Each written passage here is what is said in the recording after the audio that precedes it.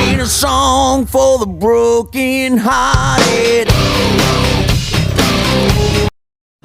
Selamat siang, kembali lagi dengan kami. Kami akan membahas tentang antropologi dengan tema sejarah perjalanan politik Indonesia dari sudut pandang antropologi. Di sini bersama saya dengan Desi Puspajuwita akan memandu untuk teman-teman semuanya. Juga kami kedatangan narasumber kita, Ibu Serepina Tiurmaida, Esos MPD MIKOM. Juga ada rekan saya. Dengan saya Andi. Dan saya Clarita. Kami semua akan membahas tentang antropologi. Oke, kita mulai dari pertanyaan pertama. Pertanyaan pertama untuk Ibu Serepina Tiurmaida.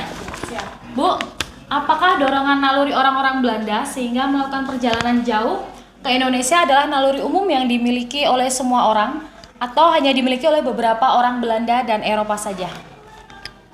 Baik, saya berbicara soal dorongan ini adalah bicara tentang reaksi ya.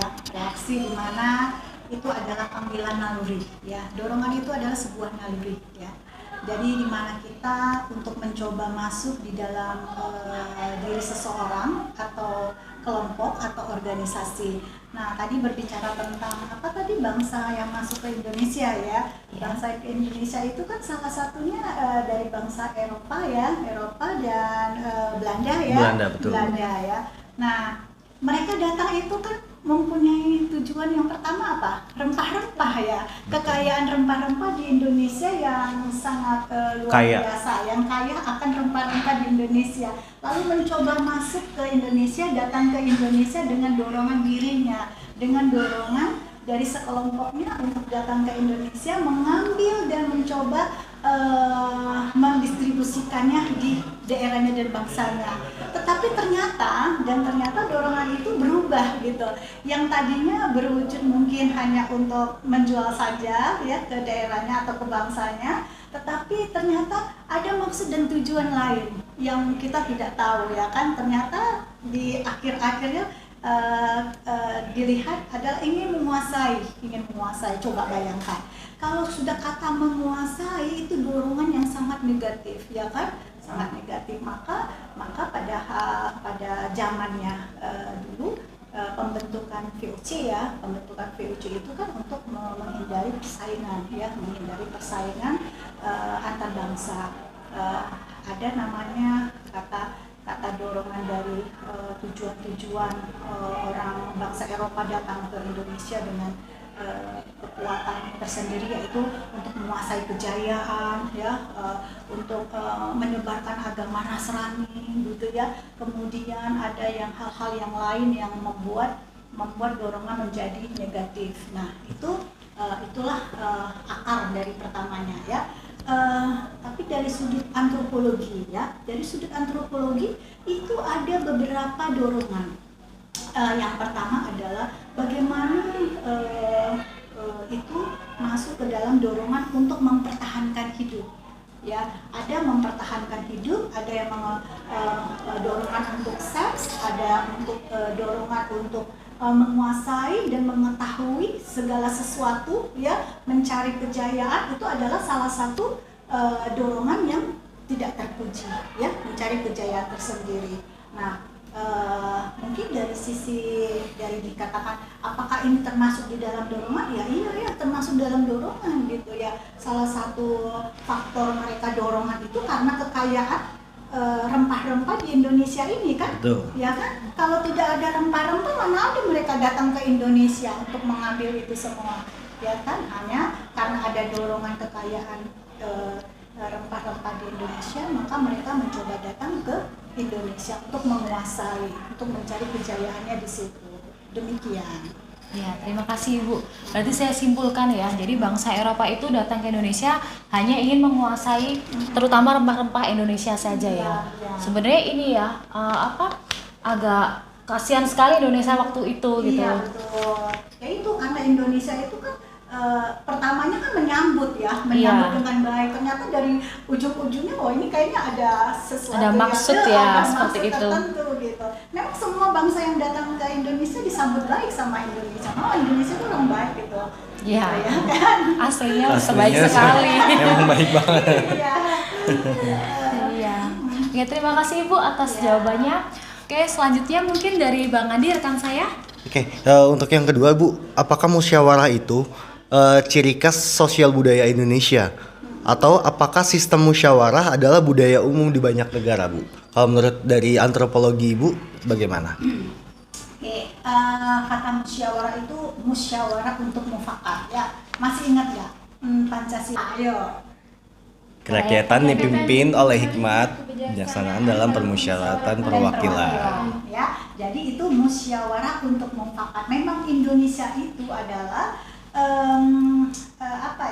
budaya untuk menyelesaikan segala sesuatu itu dengan musyawarah, Tidak ada melakukan sebuah eksekusi atau action sendiri ya. Semua dilakukan dengan musyawarah. Tadi pertanyaannya yang terakhir apa? Sistem musyawarah itu merupakan budaya umum di beberapa negara atau tidak Bu? Ya, kalau dikatakan demikian sebenarnya iya ya. Kalau di Indonesia saja itu sudah termasuk musyawarah umum itu satu hal yang dibudayakan. Di Indonesia aja dibudayakan gitu untuk musyawarah. Contohnya aja ya komite tadi ya, komite yang saya laksanakan itu sebuah komite kan. Oh iya, itu gitu. juga musyawarah ya. Musyawarah itu salah satu untuk mencapai keputusan. Jadi musyawarah itu adalah salah satu sekelompok yang memberikan keputusan tetapi dengan cara mufakat. Nah, biasanya itu terdiri dari beberapa orang atau bisa disepakati oleh 2 orang saja Bu biasanya? Kalau di dalam organisasi memang sekelompok orang yang terdiri dari 2 atau lebih ya. Tetapi kalau anggotanya misalnya hanya 2, dia boleh memutuskan pada saat itu mereka berdua. Tetapi kalau memang dikatakan di dalam organisasi sekelompok orang yang banyak, ya itu termasuk juga di dalam musyawarah dan harus diputuskan memang untuk mengambil keputusan itu. Nah, tadi kan untuk yang terakhir, untuk di berbagai negara, itu apakah melakukan hal yang sama atau tidak Bu kira-kira? Kalau di film-film ya, kalau Ibu melihat film-film sih melakukan sebenarnya musyawarah sama ya, itu. berarti. Musyawarah ya sekarang kan untuk mengambil keputusan pemilihan presiden aja kan dengan cara musyawarah juga kan gitu. Betul. Tapi memang dikenalnya di Indonesia yang sangat taat dengan musyawarah ya, tapi ada juga yang melenceng sih ya. Iya, betul. Kemudian dari Clarita ada pertanyaan selanjutnya. Baik Bu, saya juga ingin bertanya. Apakah proses panjang perjalanan dan perubahan sistem politik di Indonesia dari awalnya model kerajaan atau monarki, kebudayaan seperti dalam buku ilmu antropologi, itu awalnya model kerajaan lalu berubah ke demokrasi seperti saat ini, itu ada sangkut pautnya dengan enkulturasi enggak? Oh ya, baik. Saya sebelum menjawab pertanyaan Mbak ya, saya mencoba menjelaskan dulu yang namanya dinamika masyarakat, dinamika kebudayaan dan masyarakat ya. Di dalam dinamika tentu adalah sebuah proses untuk melakukan sebuah perubahan ya. Tidak dia stuck di tempat saja, tetapi di dalam dinamika kebudayaan dan masyarakat itu dia melewati kata sosialisasi ya.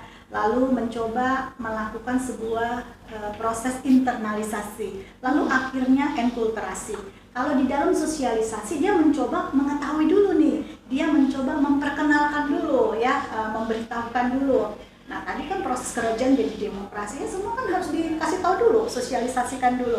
Lalu prosesnya diinternalisasi, mencoba untuk mengeksekusi, ya kan, mencoba melihat dari hasil sosialisasi tadi. Dan akhirnya ada enkulturasi, mengamati, melihat ya, terus mencoba memahami, lalu wujudnya ada dari proses asimilasi dan internalisasi tadi. Nah, proses kerajaan jadi demokrasi itu endingnya ya jelas tentu ada enkulturasi karena ada melewati proses sosialisasi dan internalisasi tadi gitu.